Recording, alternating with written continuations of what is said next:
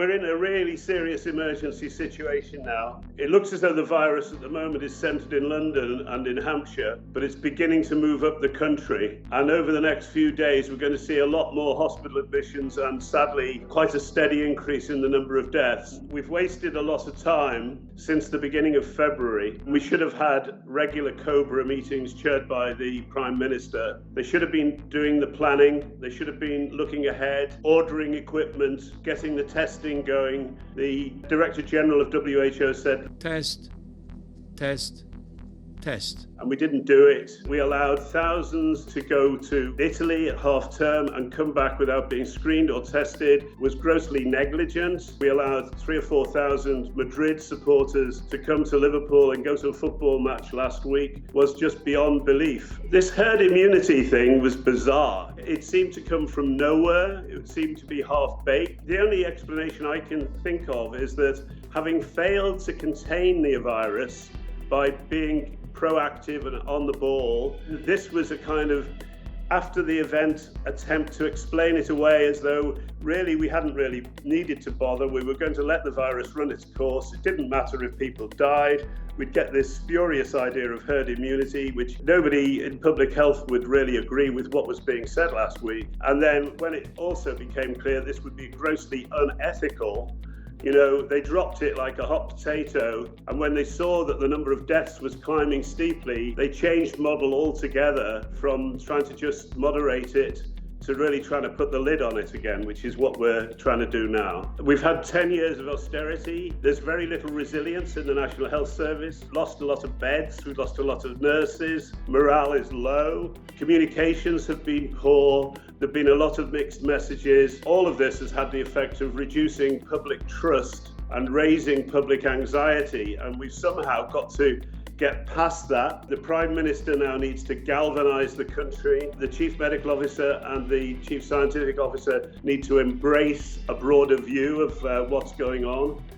And we just need to get cracking in the way that the Brits can do. But sadly, there will be quite a number of people who we lose because we've wasted time. In wartime, and this is a war against the virus, you've got to take the people with you. So you have to treat the people as adults, share information, recognise this is a true partnership and not behave in the kind of patronising way that was characteristic of these first few weeks.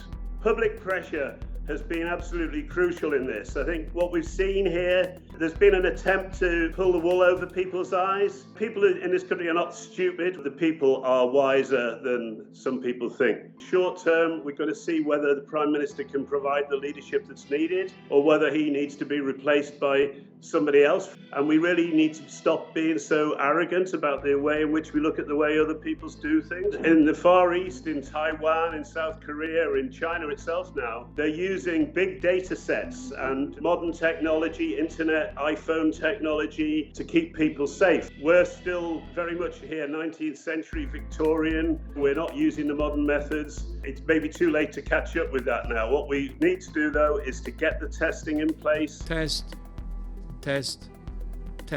Keeping people safe, quarantining people, all of that. I just hope that we can start being broader in our outlook and not being little Englanders, but actually learning from everybody else's experiences. We need to see if we can really galvanise the community efforts so that people are able to be looked after in the community, because most people will have to be looked after at home, not in hospital. And then after this is over, we need to rebuild our health and social services so that they are strong, so that they've got a good public health basis for prevention, and we don't neglect the public health system as we have done over the last 10 years. We do know that this country is great at pulling together when it has to, and we'll see that wartime spirit coming through.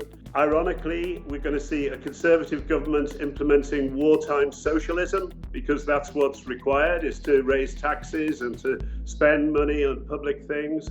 And after this is over, we may have the same solidarity spill through into the future to rebuild society, rebuild our health and social care, rebuild our social institutions.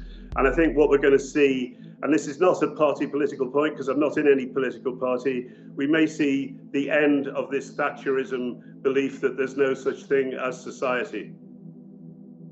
Programs like this are critical in reaching out to people without any prejudice or bias, open media, alternative media, and it's been a great pleasure to be able to have this interview with you this afternoon. Join the future of journalism. Join Double Down News on Patreon.